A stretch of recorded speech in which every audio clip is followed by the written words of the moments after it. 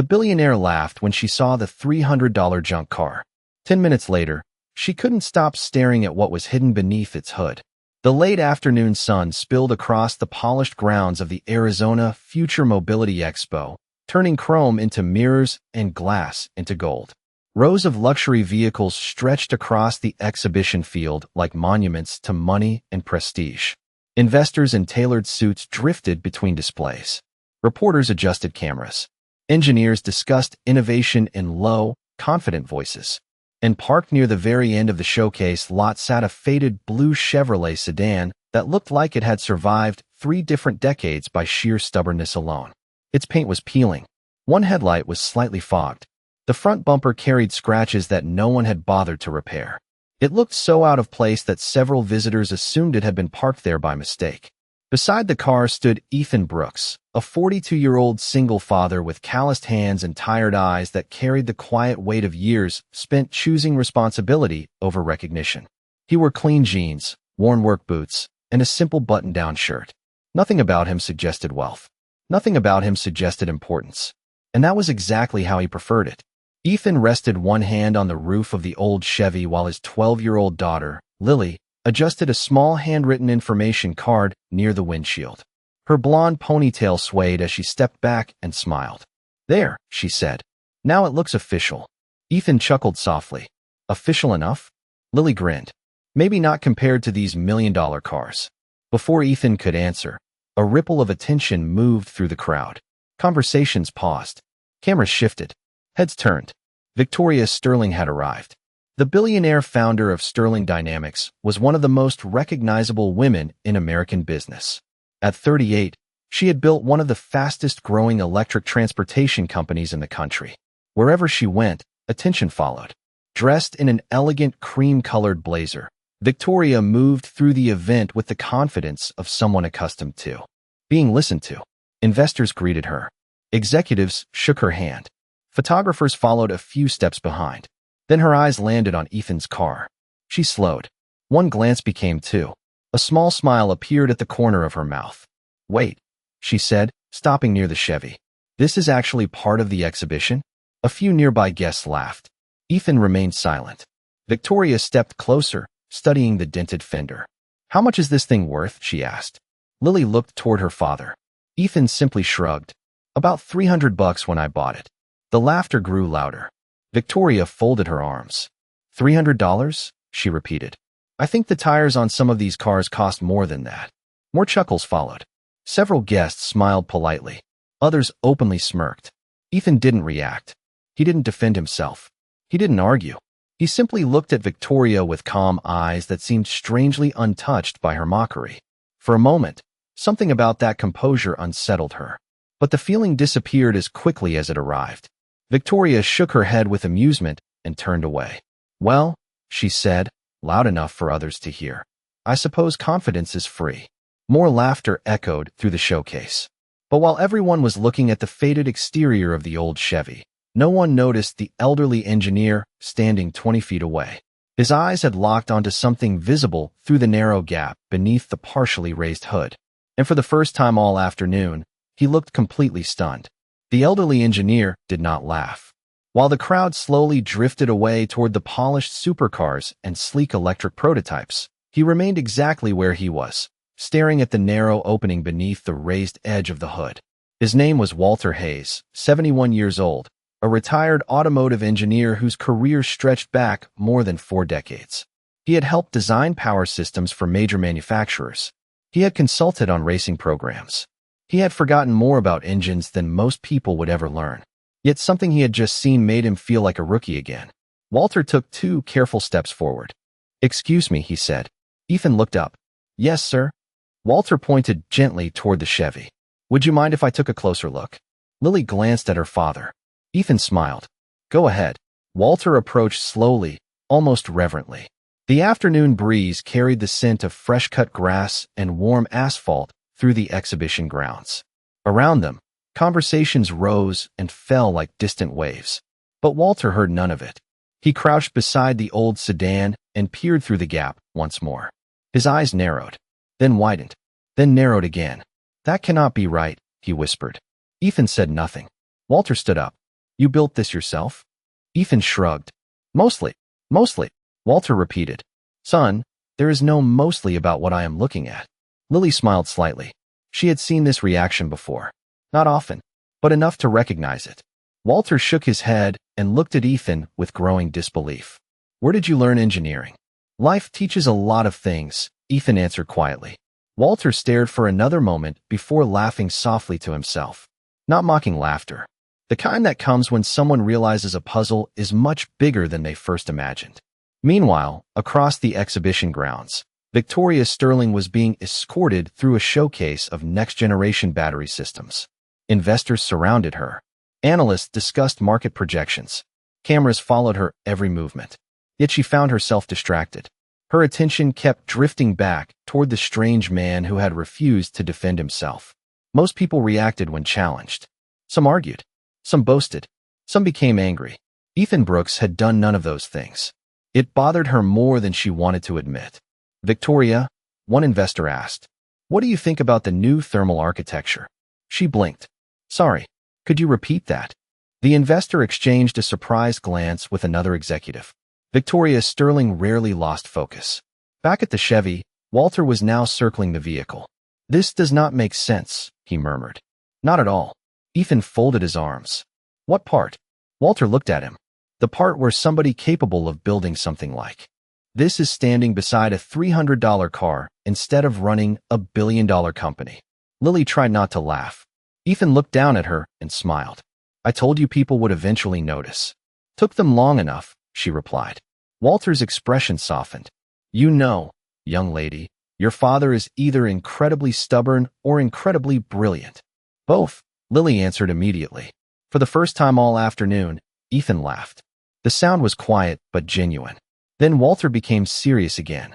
He glanced toward the main exhibition stage where industry leaders and reporters continued gathering for the evening technology presentation. Mr. Brooks, he said carefully, if what I think is under that hood is actually under that hood, by tomorrow morning this entire event is going to be talking about you. Ethan looked toward the horizon where the Arizona sun was beginning to sink lower across the desert sky. His smile faded into something thoughtful. That is exactly what I was hoping to avoid.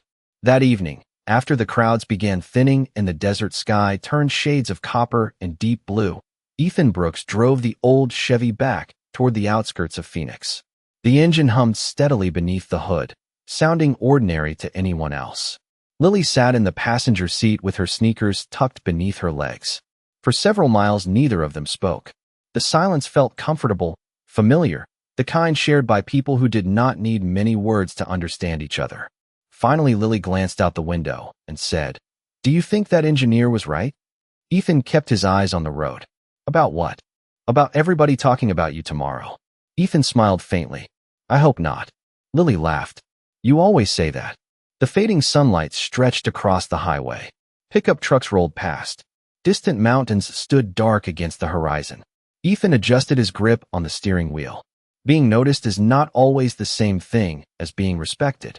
Lily thought about that. But he respected you. Ethan nodded. Yes, that is different. 20 minutes later, they turned onto a quiet county road lined with mesquite trees and weathered fences. At the end of the road sat a modest property surrounded by open desert. The small house was simple. The detached garage behind it was not. From the outside, it looked ordinary. Inside was another story entirely.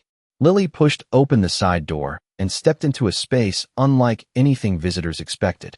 Workbenches lined the walls. Shelves held carefully labeled components. Blueprints covered large sections of corkboard. Mathematical formulas filled whiteboards from corner to corner. Years of work surrounded them in organized silence. Ethan set his keys down and walked toward a long work table illuminated by a single hanging light. On the wall above it hung a framed photograph. A smiling woman stood beside a much younger Ethan while holding a baby wrapped in a pink blanket. Lily followed his gaze. She never needed to ask who he was thinking about. Mom would have loved today, she said softly. Ethan's expression warmed. She would have laughed at the billionaire. Lily grinned. Definitely. For a moment, both of them smiled at the same memory. Then Ethan turned toward a covered structure occupying the far side of the garage. Most visitors assumed it was storage. It was not. He pulled back a section of canvas. Beneath it sat rows of hand-built prototypes, experimental systems, and engineering projects stretching back more than a decade. Ideas abandoned. Ideas improved. Ideas waiting for the right moment. Lily walked beside him. "Are you finally going to show people?" she asked. Ethan looked at the machines. The answer should have been easy, yet it was not. Years earlier, he had walked away from opportunities most engineers would have chased for a lifetime. After losing his wife, priorities changed. Raising Lily mattered more than recognition. Peace mattered more than ambition. But now something felt different. Back across the city, Victoria Sterling sat alone in her hotel suite, reviewing presentations for the following day. Her tablet displayed financial reports. Her desk held proposals worth hundreds of millions of dollars. Yet none of them held her attention. Instead, she found herself searching through public records. One name sat on her screen: Ethan Brooks. And with every page she opened, her curiosity grew stronger. Because the deeper she looked, the less sense his story seemed to make. The next morning arrived with a clear Arizona sky and the sharp golden light that seemed to stretch forever across the desert. By 8 o'clock, the Arizona Future Mobility Expo was already alive with activity. Vendors prepared displays. Journalists reviewed notes. Engineers gathered around demonstration platforms with cups of coffee in hand. Yet beneath the normal excitement, another conversation was quietly spreading through the event. It began with a single question. Who was Ethan Brooks? Walter Hayes had not intended to start a rumor. He simply mentioned what he had seen to 2 former colleagues over breakfast. Those colleagues mentioned it to 3 others. Within an hour, a handful of respected engineers were exchanging theories. By mid-morning, small groups were wandering past the old Chevy, pretending they were merely curious visitors. Ethan noticed the growing attention immediately. He also noticed Lily trying not to smile. "You are enjoying this," he said. "Maybe a little," she admitted. "People are finally looking at the right thing." Ethan shook his head with quiet amusement. Across the exhibition grounds, Victoria Sterling stood inside a private conference room overlooking the main showcase area. 3 senior executives sat around a polished table while technical reports filled a large screen. Normally, she would have been fully engaged. Today, she was distracted. One report after another seemed less important than the questions occupying her mind. Finally, one executive cleared his throat. "Victoria?" She looked up. "Sorry. You have been saying that a lot today." A few polite smiles appeared around the table. Victoria leaned back in her chair. "Tell me something. Have any of you heard of Ethan Brooks?" The room went silent. Executives exchanged confused glances. One of them opened a tablet. Another searched a database. After several moments, all of them shook their heads. "No patents under that name," one said. "No major publications," said another. "No corporate history that stands out." Victoria frowned. That made even less sense. The engineering concepts she had glimpsed through public records should have placed him among the most recognizable innovators in the industry. Yet his professional footprint seemed almost invisible. Meanwhile, back near the exhibition field, a silver-haired engineer named Robert Lang approached Ethan's display. He studied the Chevy for nearly 30 seconds before speaking. "May I ask a question?" Ethan nodded. "Sure." Robert pointed toward the engine compartment. "Why build something extraordinary and hide it inside something ordinary?" Several nearby engineers immediately turned toward Ethan, waiting for the answer. Ethan glanced at Lily. Then he looked back at Robert. "Because people pay attention to appearances," he said calmly. "When they stop doing that, they start seeing what actually matters." The small group fell quiet. Nobody laughed. Nobody argued. The words seemed to linger in the warm desert air. At that exact moment, Victoria Sterling stepped out onto a balcony overlooking the exhibition grounds. Her eyes scanned the crowd below. They stopped on Ethan. For several seconds, she simply watched him. The confidence she usually carried so effortlessly felt different now. Less certain. More curious. Then her phone vibrated. A message appeared from her chief technology officer. She opened it and read a single sentence. Victoria's expression changed instantly. The message said, "We analyzed the photographs from yesterday. If that engine is real, it solves the problem that has cost us 2 years and nearly $800 million. For the first time since arriving at the expo, Victoria Sterling felt something she rarely experienced.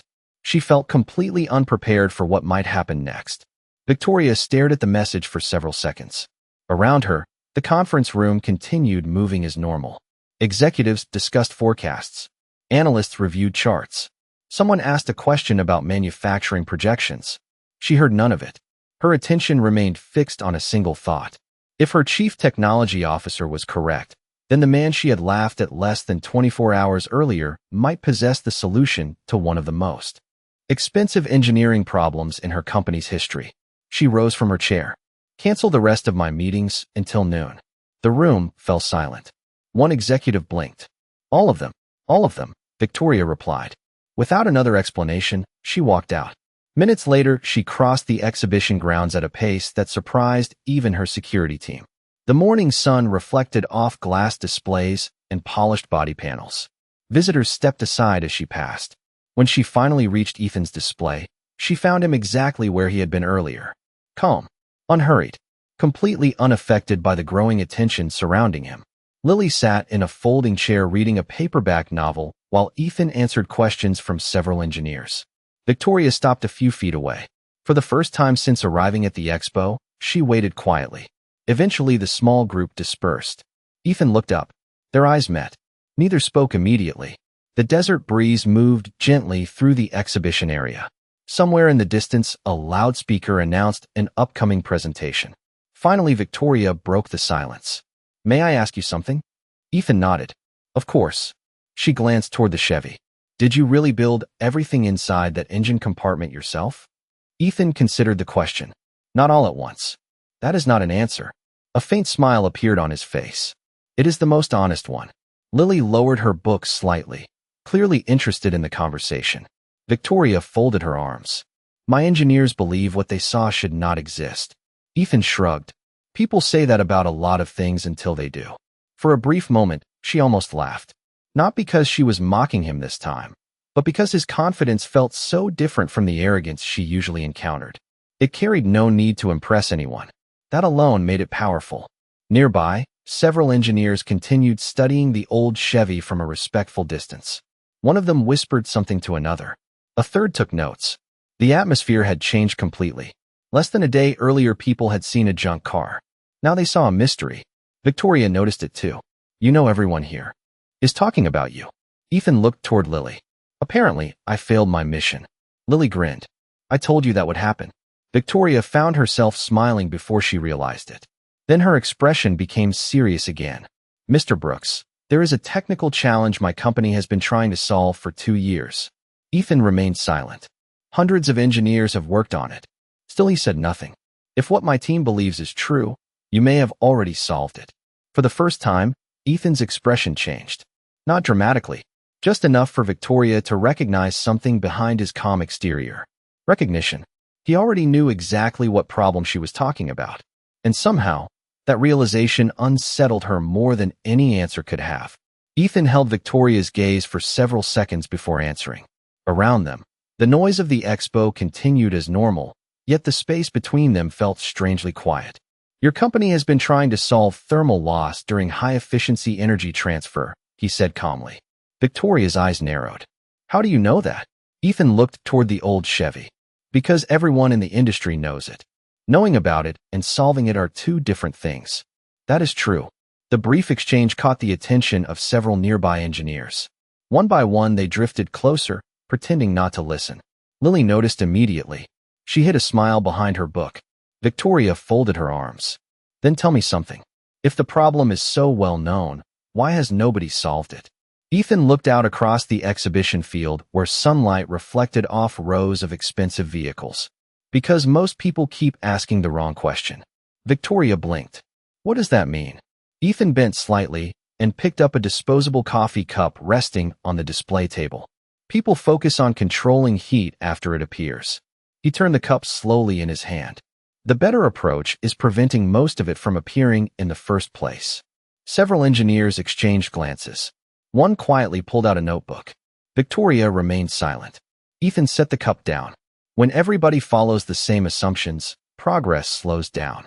The words landed with surprising weight. For 2 years, hundreds of specialists at Sterling Dynamics had attacked the problem from nearly identical angles. Entire departments had been built around those assumptions. Victoria suddenly realized she was speaking with someone who had never accepted them.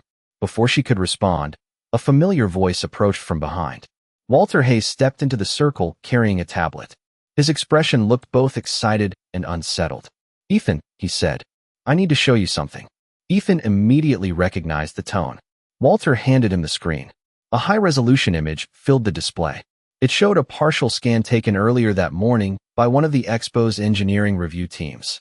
The image focused on components hidden beneath the Chevy's hood. Several nearby engineers leaned closer. A long silence followed.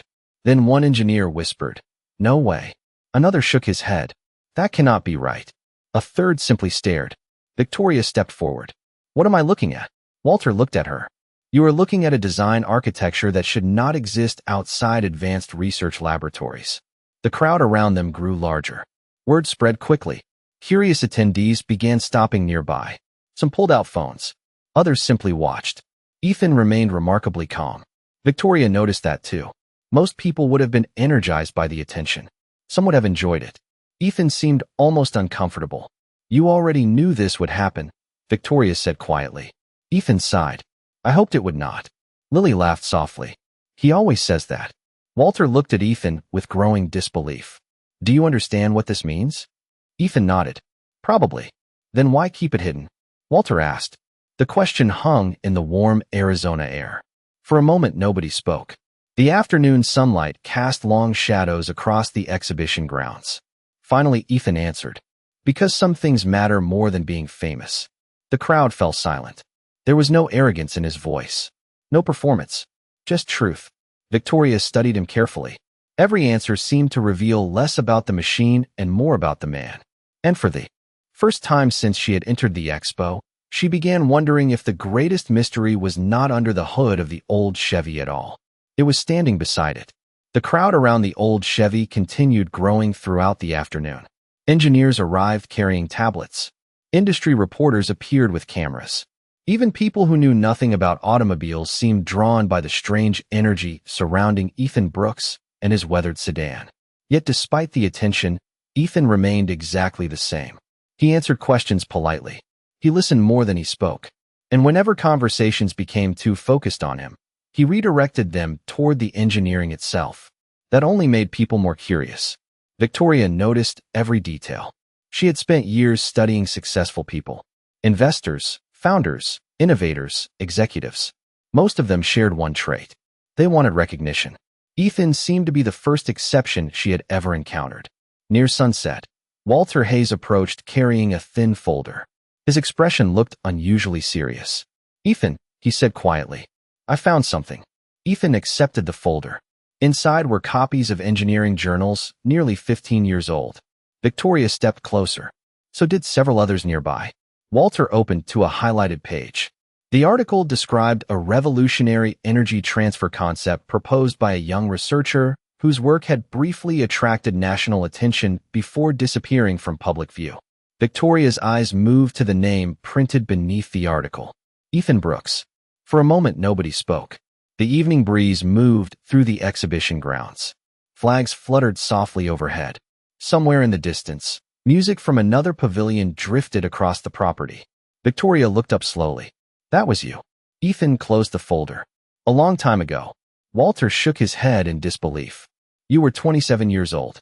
Industry publications called you one of the most promising engineering minds in America." Another engineer looked at the article. "Then you vanished." Ethan remained silent. Victoria studied him carefully. "Why?" The question hung in the air. Several people waited. Others leaned closer. For the first time all day, Ethan seemed uncertain whether to answer. His eyes drifted toward Lily.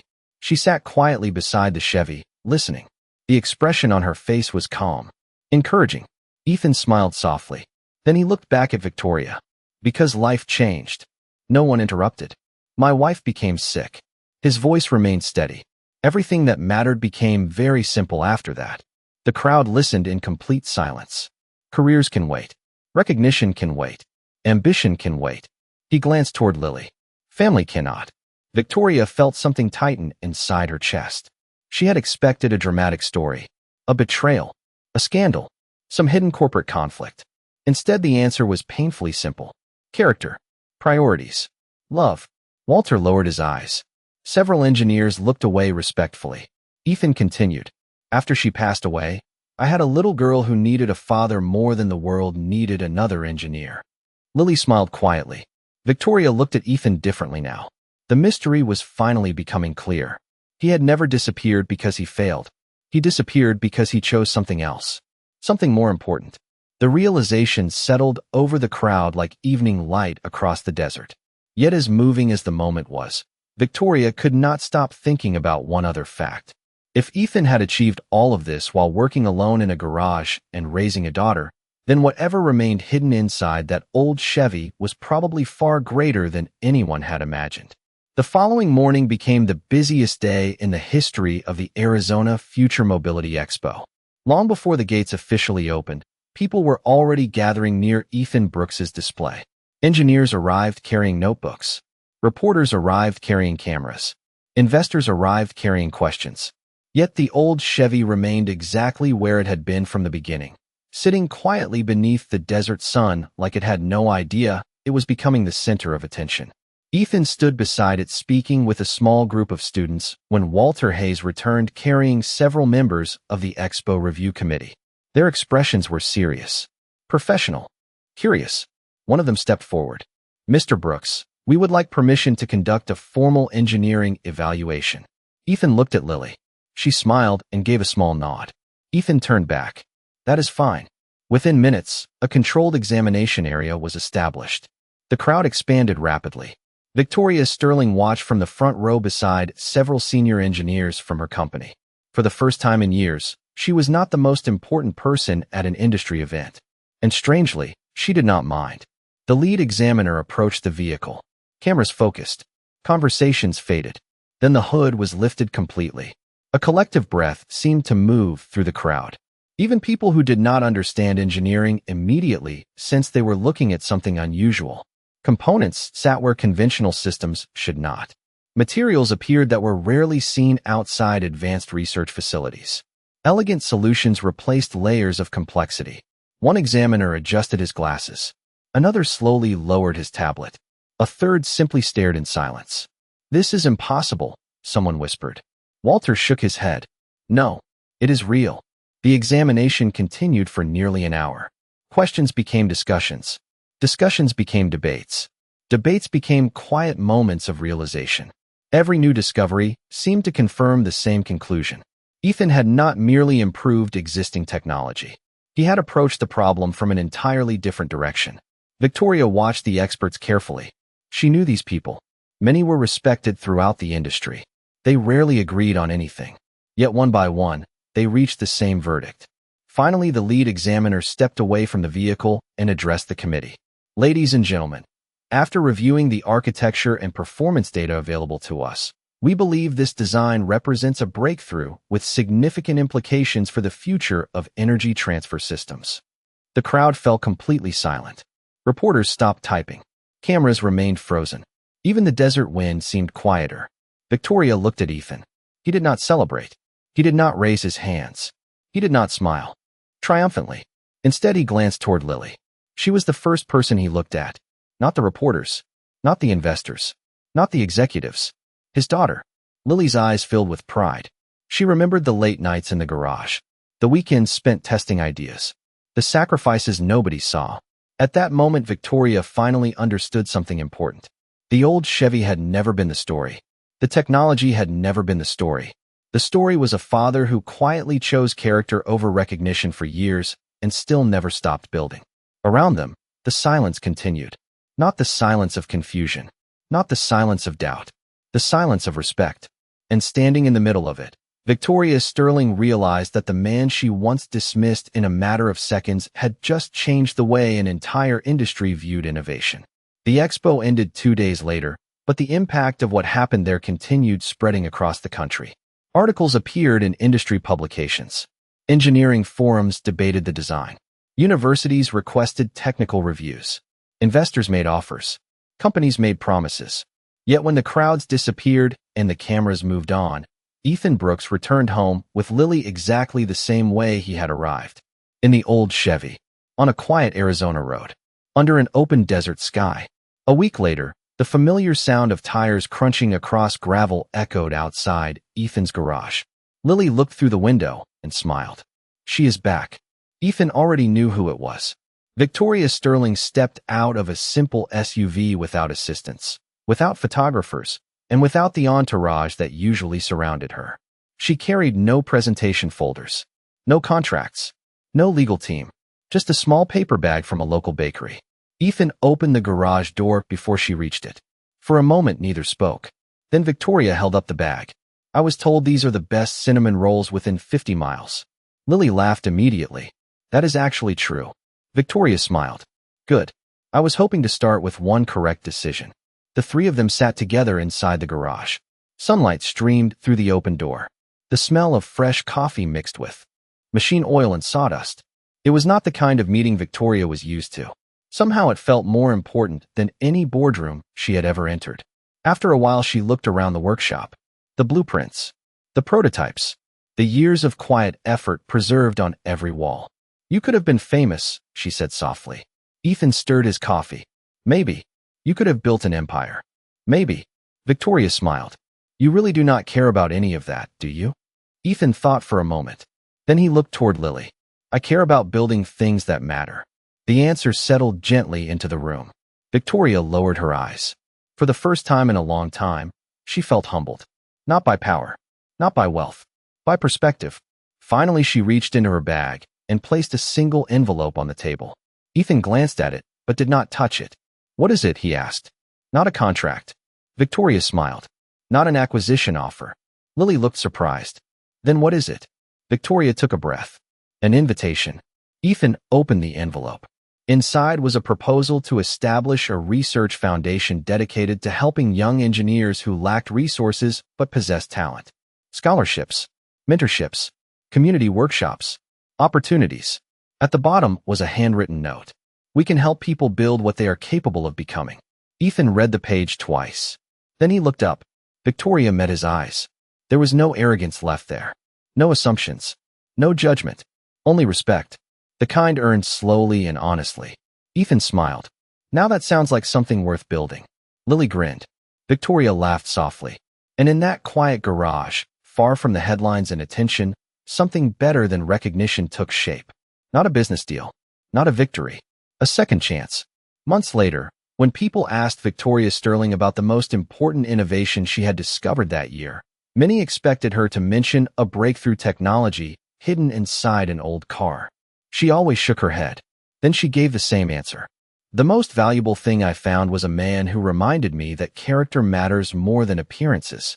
And every time she said it, she thought of a quiet father, a determined daughter, and a faded Chevy that taught an entire industry to look deeper than the surface.